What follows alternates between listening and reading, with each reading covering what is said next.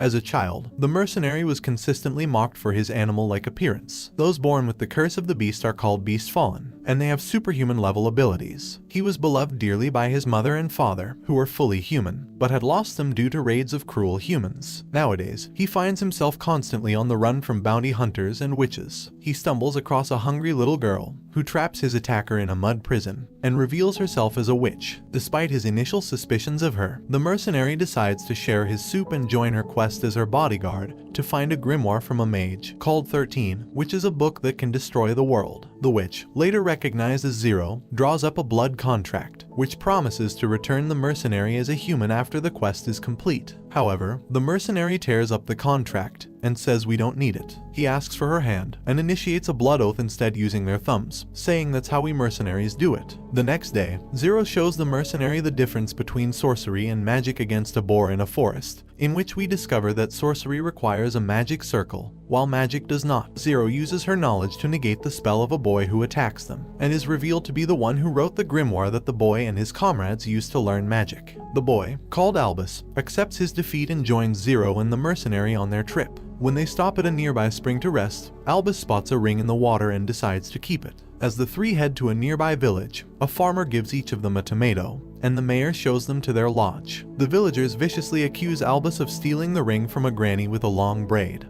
But Albus responds by defending an infamous witch called Sorna, who was burned at the stake for using sorcery. Not wanting to get the higher authorities involved, the mercenary runs away, carrying the two witches to their lodge to hide. Zero tells the mercenary that Sorna, who was a moon caller, was wrongfully accused of spreading a rat plague in the village. The villagers hunt down and eventually corner the mercenary, Zero, and Albus in the forest. However, the granny helps them escape, revealing herself to be a witch who gave up her powers to marry a normal human, with the ring as a wedding gift from Sorna shortly before her death sentence. Zero and Albus act as concubines of the mercenary in order to be allowed inside the gates of Formicum. Much to the mercenary's embarrassment, the mercenary demands that Zero should buy herself a new outfit, so Albus joins him to help pick out Zero's attire at a clothing store. But the mercenary quickly throws Zero into the changing room for being immodest. The fat bald tailor gleefully yet creepily accepts Zero's old robe as payment for a new outfit. The trio struggles to find lodging at an inn for the night, but after the mercenary rescues a lady from a beast-fallen bear in an alley, a beast-fallen werewolf points the mercenary towards an inn that accepts non-humans. At night, the mercenary sneaks out to a bar, but Zero follows him. The werewolf beast-fallen, later recognized as Hold'em, reappears and offers to trade his three witches for Zero. The mercenary refuses, suspecting that they are just normal slave ladies, and instead follows Hold'em back home to free them. However, Hold'em spots the mercenary and challenges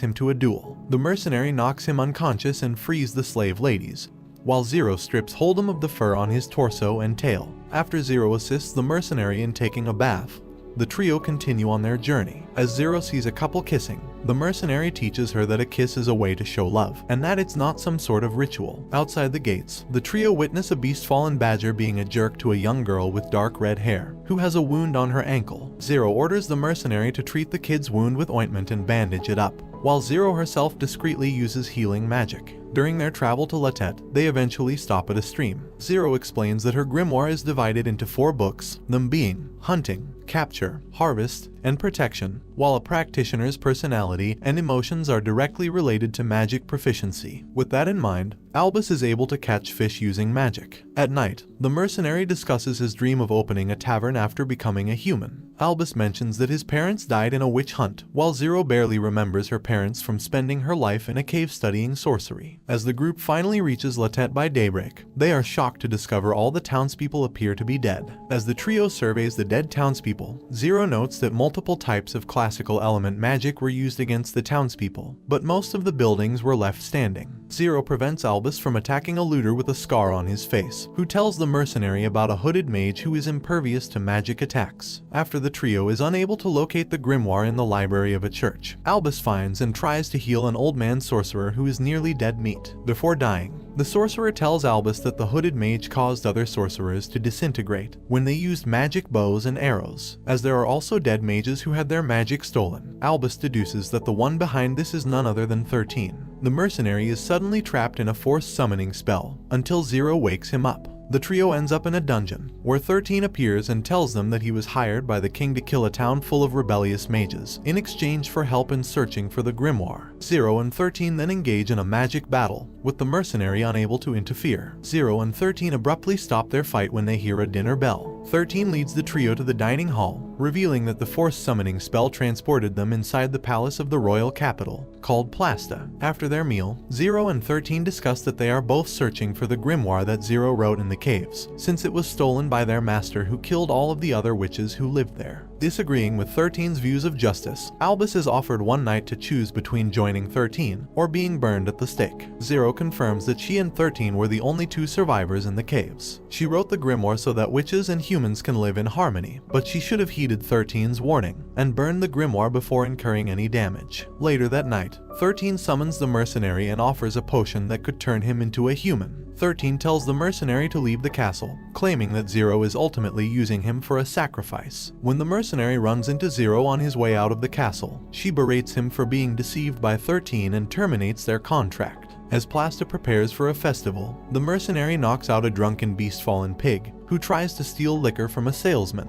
Rochelle, a girl who works at an empty tavern, enlists the mercenary since she is temporarily understaffed. He impresses her with his cooking skills and tells her that he plans to open a tavern of his own when he becomes a human. After he leaves upstairs, a beast-fallen deer, frog, and a cow annoy Rochelle and her father for their poor customer service. When the mercenary hears the commotion, he knocks out the other beast-fallen before leaving the tavern. Later in the forest, the mercenary is attacked by witches led by Hold'em, who gets shot in the back, and the mercenary takes out the witches until he gets shot in the stomach. Back at the dungeon, 0 prepares to fight 13 until she suddenly coughs up blood as the mercenary is magically healed. The mercenary prepares to feast on the remaining witch, but stops himself. He comes across the wounded Hold'em, who begs him for help for the sake of the Great Witch, Sorna's granddaughter, who might hold the grimoire. While recovering from his injuries, Hold'em tells the mercenary that he used to be a noble knight as a human, who fled his position after being caught having an affair with his brother's infidels. After encountering Sorna in a forest, Hold'em asked her to transform him into a beast-fallen werewolf, so he could stay with her and her granddaughter. Although Hold'em tried to save Sorna from being captured by the villagers from before, Sorna gave herself up and entrusted Hold'em with her granddaughter. However, Sorna's granddaughter left Hold'em in search of answers. Back at the castle, 0 finds herself unable to escape her room, while Albus continues to refuse 13's offer to join his cause. The mercenary overhears from a traveling man with flamboyant facial hair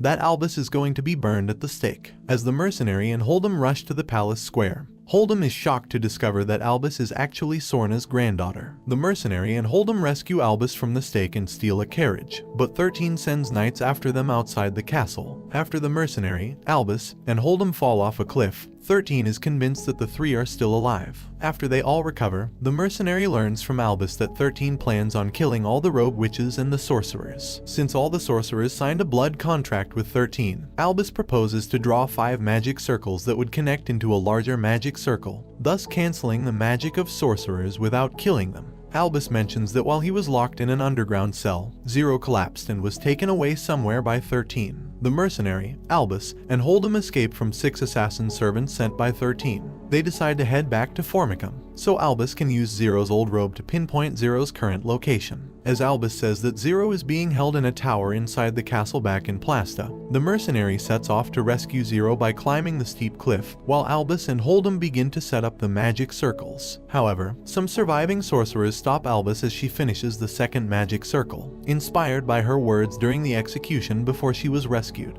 After Albus announces her intent to end magic forever, the sorcerers decide to put her on trial. The mercenary finally infiltrates the tower where 0 is being held, and they embrace upon their reunion. However, they fall into another forced summoning spell set by 13. Meanwhile, Albus and Hold'em are held captive by the surviving sorcerers, who receive word from their leader to prepare a spell powerful enough to kill 13. As Hold'em tries to untie himself, a braided-haired female sorcerer and a brown-haired male sorcerer order the other sorcerers to take Hold'em to be sacrificed. The mercenary awakens back in the dungeon with 13, while 0 is trapped in a magic-sealed cage. 13, who actually was carrying the grimoire this entire time, acted as both an official state sorcerer and the leader of the sorcerers, in a plot to destroy all the sorcerers for supposedly choosing to use their powers against humans. After forcing the mercenary to grovel before him, 13 claims that his plot would ultimately bring about the perfect world that Zero wanted. As the mercenary provokes 13 into anger, the former uses the potion to destroy the cage holding Zero. An old male sorcerer sympathetically frees Hold'em, who then prepares to rescue Albus before the other sorcerers carry out their attack. Zero and 13 face off casting identical ghost spells, with the mercenary witnessing the battle. As 13 is about to be hit by Zero's ghost spell, the mercenary takes the attack, but Zero gets injured due to the blood oath that she secretly implemented during his bath earlier.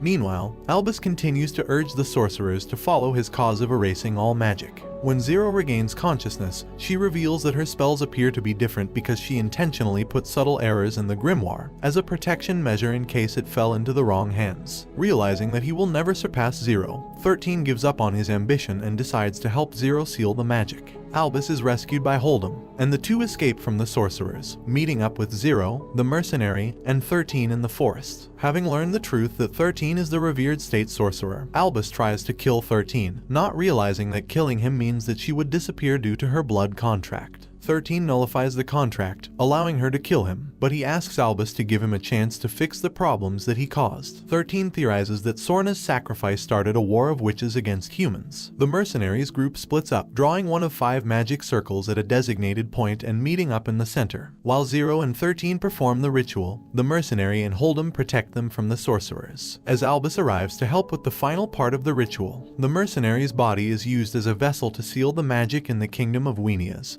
ending the war. 3 days later, the mercenary wakes up and is still a beast fallen because Zero's magic has weakened. Zero finally has her grimoire back from 13, and Albus, now the official state sorcerer, has 13 burned at the stake in the palace square in order to unite humanity. But the stake is set up so that 13 can secretly escape, while the flames obscure the vision of the crowd. Before Zero and the mercenary depart, Albus kisses the mercenary on the cheek, much to Hold'em's displeasure. Zero not only reveals that 13 is her older brother, but also considers having a romantic relationship with the mercenary. However, the mercenary insists that he is only there for her protection, and this brings the anime to an end. Don't forget to like and subscribe if you enjoyed, and turn on the notification bell so you never miss out on another video. Until next time, take care.